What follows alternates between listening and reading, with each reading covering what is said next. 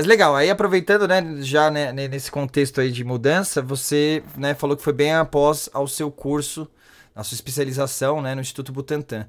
O Instituto Butantan é referência nesse segmento, né, de biologia.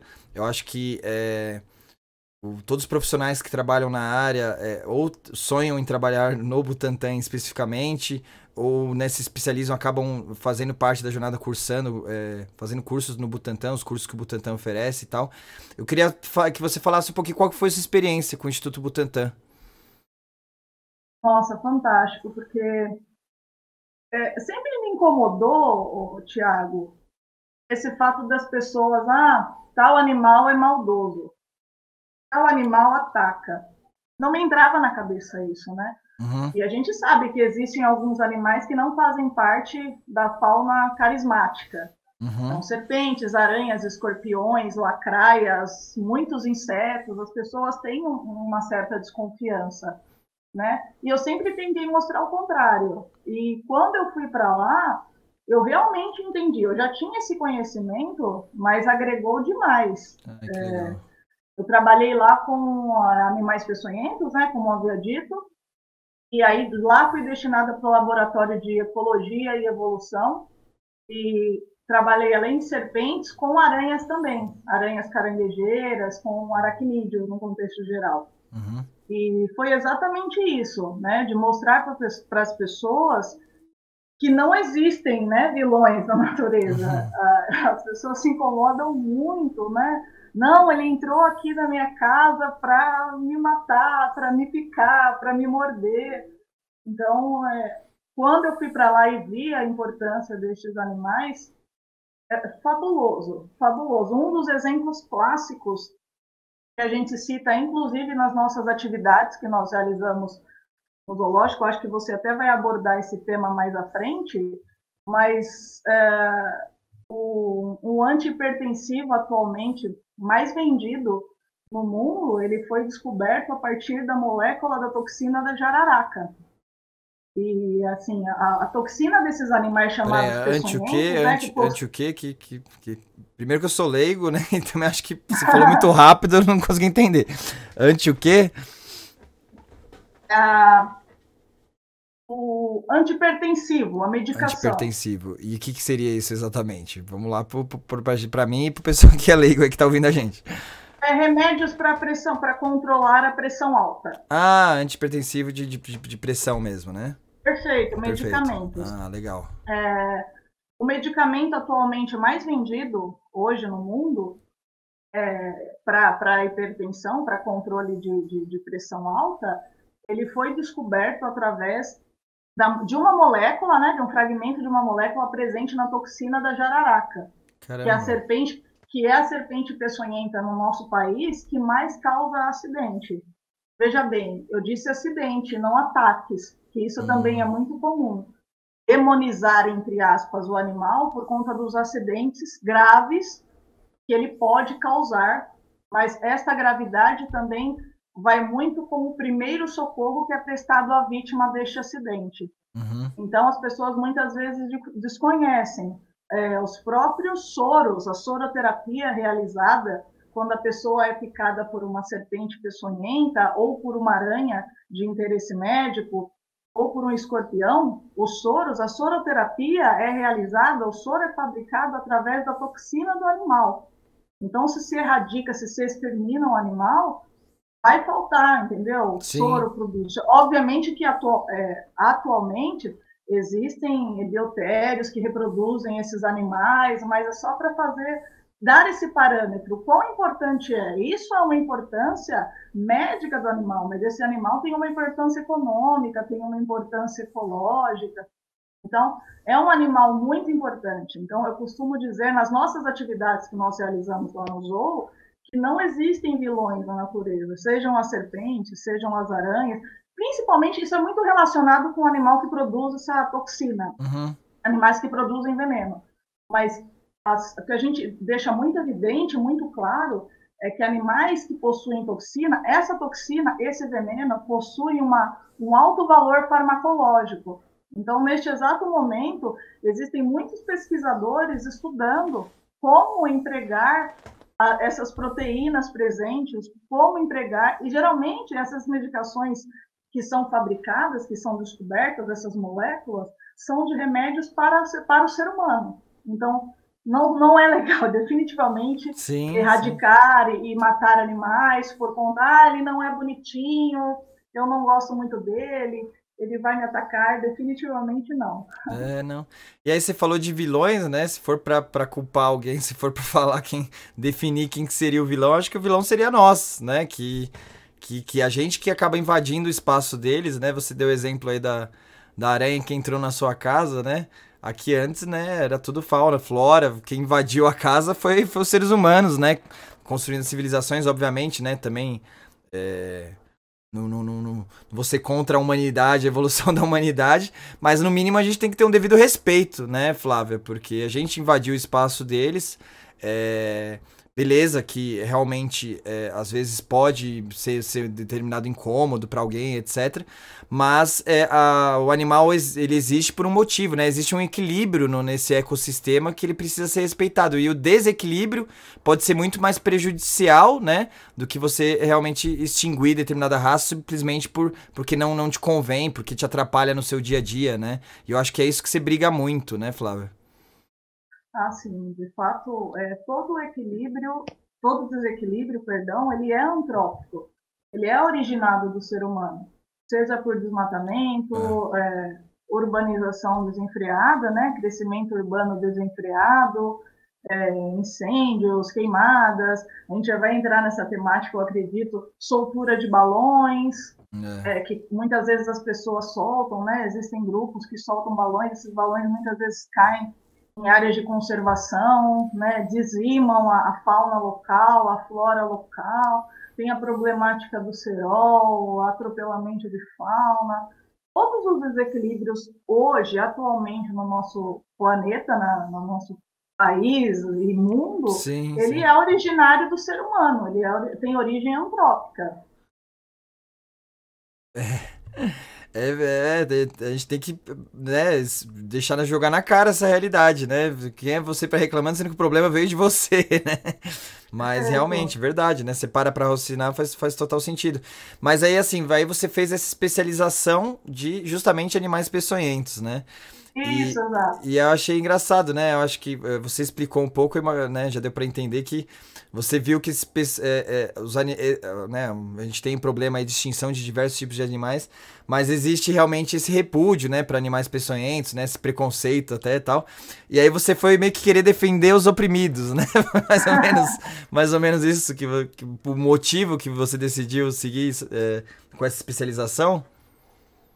Não só os animais peçonhentos, né? Existem algumas espécies de mamíferos ou de aves, por exemplo, lá no zoo a gente faz uma atividade sobre corujas, a importância das corujas, Uhum. porque existem crendices populares que dizem, né, que ela traz mau agouro se ela pousar num Nossa. portão ou numa porteira, tá anunciando a morte de alguém.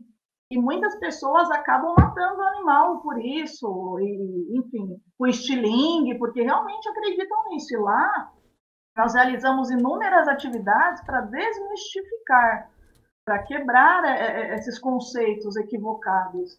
E tem gambá também, né, que as pessoas acreditam que são ratazanas, que vão morder, esse pré-julgamento, ele vai me atacar, e as pessoas também ele não tem uma carinha, né, de simpático, não é muito carismático. Nós recebemos muito lá no zoológico, eu não sei se é o momento para abordar Não, ó, essa. eu vou É que ficar você bravo com falou. você se perguntar mais uma vez. Você fica à vontade, você Não, pode falar. Aqui aí é o que negócio tá desenvolvendo tão legal, justamente que você tá entrando nos temas, quem sou eu pra te atrapalhar, tá? Você fica à vontade. é que não Não são tem só os ordem, não. animais. Ótimo. Não são só os animais peçonhentos, né, que passam por isso. Ou os invertebrados, a entomofauna, insetos, aracnídeos, enfim. Sim. Existem alguns indivíduos, algumas espécies também, que também são hostilizadas. O gambá é uma delas. Lá no zoológico de Guarulhos, O Zoológico de Guarulhos é uma Caramba. instituição conservacionista, né, Uhum. atua com conservação, pesquisa, educação e esse lazer voltado à reconexão à natureza. Além disso, nós trabalhamos, os funcionários que lá trabalham, nós também trabalhamos com reabilitação de animais, resgate, reabilitação e soltura. É mesmo um Que centro de legal. recuperação de animais silvestres. E é muito corriqueiro, essa época é época de reprodução de gambás, e as pessoas acham que gambás são ratazanas, são ratos, e aí nós recebemos periodicamente animais com politraumatismo, a feminha do gambá já morta em óbito com os filhotinhos ou no marsúpio, que é aquela bolsinha, ou no Nossa. dorso, nas costas, porque esses animais eles nascem prematurozinhos e Uhum. aí vão para a bolsa da fêmea, da mamãe, porque diferentemente do que muitos acreditam, o gambá ele não é um rato e nem é parente. Ele é um marsupial, na verdade ele é parente dos cangurus, dos koalas, o popular diabo das Tasmânia que as pessoas conhecem. Então ele é o nosso canguruzinho. Caramba. E por isso que muitas E vezes aí as ele tem pessoas essa mesma acham. bolsa que o canguru. E os filhotes ficam Exato, lá. Ai, que barato. exato, que é o marsúpio. E é triste, porque chega lá, a fêmea está morta recentemente nas nossas redes sociais. Até divulgamos um alerta sobre isso, porque o gambá é um animalzinho que realiza inúmeros serviços ecossistêmicos. Olha só que a gente estava falando que a própria natureza equilibra, Uhum. o ser humano vai lá e desequilibra, né? Quanto ao aparecimento, por exemplo, de serpentes peçonhentas, ou de escorpiões, ou de, por exemplo, carrapatos, o gambá ele é um predador natural. Então, quando você mata, você abate esse animal, você está tirando do meio ambiente um predador natural de escorpiões, de serpentes peçonhentas, no qual ele é imune à toxina de jararaca, por exemplo. Então, Olha só. ele é um predador Feito pra bem isso, né? Que promissor, legal, é. exato, bem promissor Uhum. dessa classe animal. Carrapatos, né? Então, esse bichinho, ele ingere caramujos, caracóis, ele presta um serviço ecossistêmico para a sociedade, para o meio Uhum. ambiente, no contexto geral, gigantesco. E, assim, ele não é só carnívoro, ou seja, ele não ingere só a proteína animal de outros animaizinhos. Ele é um animal que nós chamamos onívoro, né? Então ele se alimenta tanto de matéria animal quanto de matéria vegetal. Se alimentando de matéria vegetal, ele também é um dispersor de sementes, ou seja, ele ingere diversos frutinhos Uhum. e ao defecar nas fezes desse animal, essas sementes estão presentes. E se essas sementes encontram um local propício, elas germinarão e nascerão novos arbustos, novas árvores. Então, além de ser predador de diversos animaizinhos, muitas vezes inconvenientes para grande parte das pessoas, esse bichinho também dispersa sementes. Que legal, que legal. Meu, realmente é incrível, né? E como a gente é leigo, né, sobre esses temas e, pô, aí, né, realmente você dando uma aula aí como educadora, como palestrante. E aí, aproveitando, Flávio, até pra gente entender melhor como é que se funciona em cima do seu trabalho no Zoológico de Guarulhos, eu queria que você explicasse um pouco, porque a gente tá falando de preconceito contra algumas espécies de animais, né? Que aí você citou o gambá, os animais peçonhentos, né? Existem várias outras, você falou da coruja. Depois eu quero que você fale um pouquinho daquele caso lá da febre amarela, que mataram um monte de macaco, que também é bem ridículo, né? Um exemplo do que a gente está falando. Mas não só existe o preconceito quanto aos animais em si, mas também até com o local onde você trabalha, né? A gente normalmente visualiza zoológico e muita gente pré-define que o zoológico é aquele... como eu posso dizer, né? Só exclusivamente para o lazer do ser humano ir lá passear e ver os animais. Então, muita gente tem esse estigma. Eu não sei também se em outros zoológicos pode ser assim ou se em todos são. Eu queria que você desse sua opinião geral sobre isso. Mas você agora está falando uma coisa que muita gente não sabe. Eu, sinceramente, né? também não sabia ao fundo. Agora você falando, estou entendendo melhor. Mas o zoológico em si não faz só essa função, né? O Zoológico Guarulhos é um exemplo que faz essa função também de educacional, de você divulgar isso, informar a população sobre os animais em extinção para a gente tomar mais cuidado, manter esse equilíbrio. Além da ação prática em si do resgate, que você falou que vocês fazem bastante. Então, como um órgão, né, público de proteção desses animais, e o pessoal ainda tem muita gente que tem esse preconceito pensando que é só realmente um luxo do ser humano que os animais são judiados, né, que são maltratados, e a gente vai lá, que é totalmente contra isso. E aí eu queria que você explicasse a verdade. Eu não sei, né, o que é realidade, o que é mito dentro disso, principalmente no Zoológico Guarulhos, mas no sentido geral dos zoológicos aí que você conhece. Realmente existe esse preconceito, muito, e ele é muito evidente, e ele também chega a nós até pelas pessoas que nós atendemos. As pessoas realmente, muitas delas, né, grande parte delas, eu acredito que elas têm isso como verdade absoluta, que os zoológicos são locais que aprisionam, mantêm animais em cárcere, que os funcionários que lá estão retiram animais das matas e aprisionam ou compram animais, quando na verdade é o inverso. Como eu disse no início, os zoológicos são instituições conservacionistas. Nós temos diversas espécies lá, especificamente o zoológico de Guarulhos. Atualmente nós temos cerca de 400 animais de 100 espécies distintas. A maioria dos nossos animais são animais nativos, ou seja, são animais da fauna brasileira. E aí, qual que é a origem, né? As pessoas perguntam, qual que é a origem do plantel de vocês? Né? Mas vocês capturam e tal. Na verdade, assim, grande parte dos animais ou são resgatados, por exemplo, eu falei sobre o gambá, mas nós recebemos animais emaranhados com linha de pipa, cerol, cortante, a linha chilena, que também é um impacto antrópico à biodiversidade, também é um impacto antrópico à natureza. É crime utilizar. Nós temos uma legislação municipal, nós temos uma legislação estadual, e as pessoas continuam usando. Então, quando a gente recebe turmas de ensino fundamental, ensino médio, até ensino técnico, período de férias, de recesso escolar, agora tudo está se restabelecendo, né, esses períodos de aula e tal, mas antes da pandemia nós recebíamos, mesmo nos meses de julho, dezembro, janeiro, que são os meses de férias, os pais também iam junto, e muitas vezes os pais empinavam com os filhos e utilizavam, né, o cerol, o cortante, aí eles se aproximavam da gente, porque lá no zoo existe uma bateria com indivíduos, com espécies, que foram espécies recuperadas, mas que não voltaram à vida livre. Então, elas ficaram lá nos recintos sob cuidados humanos, sob cuidado da nossa equipe. E as aves não têm asas, as pernas, muitas vezes elas são cegas, porque às vezes essa linha, quando as pessoas empinam e essa linha é desprendida, ela fica na copa da árvore. Porque a gente ouve muito esse argumento, sabe, Tiago? Mas no momento que eu estou empinando com o meu filho, eu não observo nenhuma ave passando pela linha. Então, eu não tenho culpa, né? Sim. Quando, na verdade, o que acontece é que quando essa linha é desprendida, ela fica presa na copa da árvore, no dossel.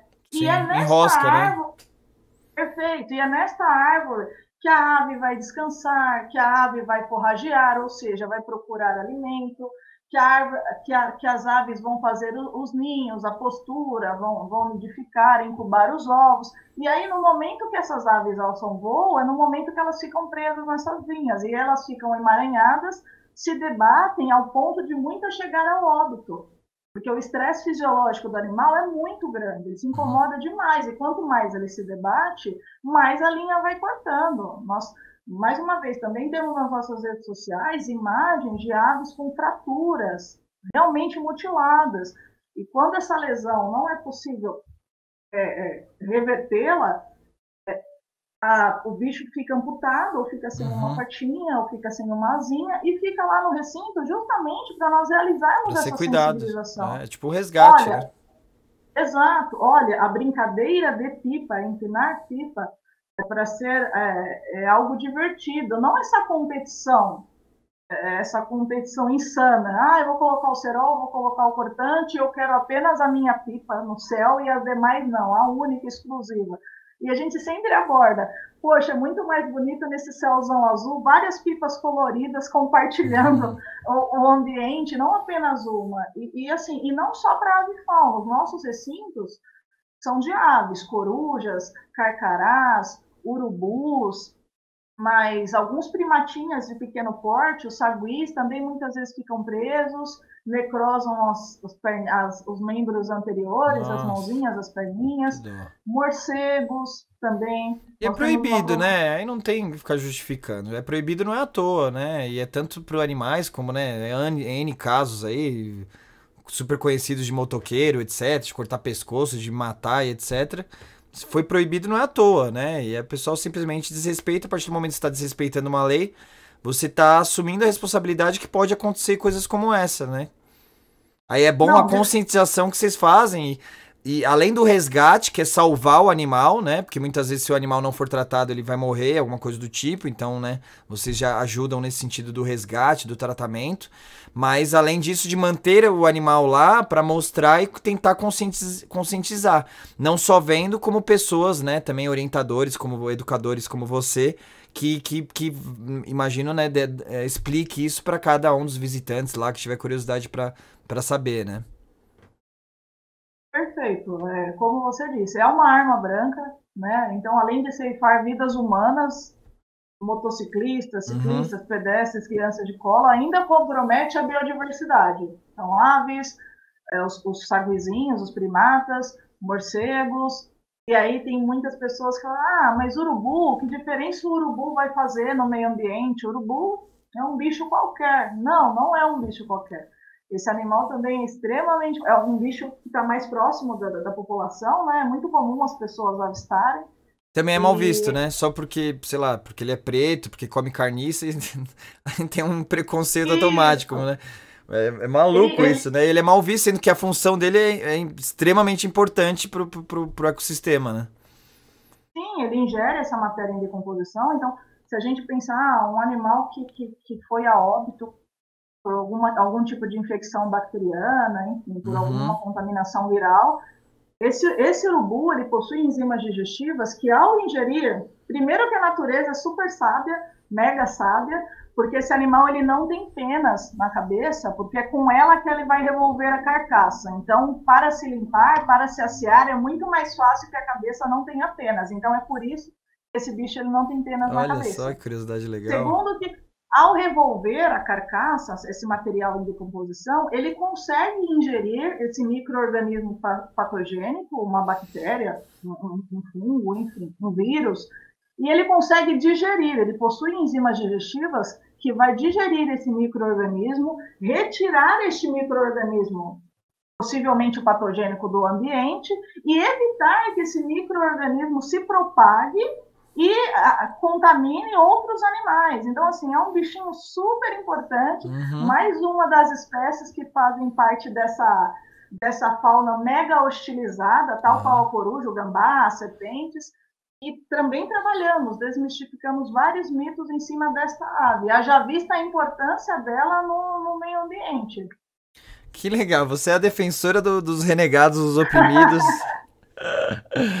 Que legal, é isso mesmo. Entretanto, as pessoas, quando a gente fala de abelha, ou é o mel ou é a picada, ou é o ferrão. E as pessoas associam exatamente a essa espécie, mas desconhecem a riqueza, a diversidade que nós temos no nosso país. São cerca de 350 espécies de abelhas sem ferrão,